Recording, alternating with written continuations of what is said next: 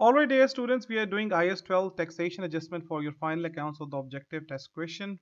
First of all, we calculate the statement of the profit or loss figure. In the statement of profit or loss, we take the current year tax provision, which is your current liability, or the reference scenarios, which becomes your current asset.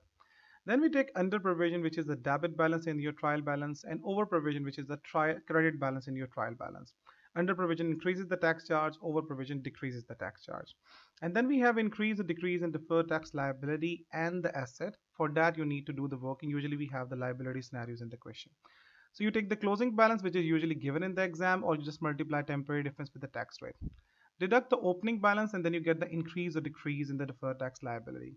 Then if the question says ignore the deferred tax on revaluation, then there is no need to do this part. Otherwise, you deduct deferred tax on revaluation.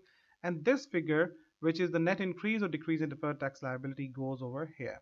So then you get the statement of the profit loss figure.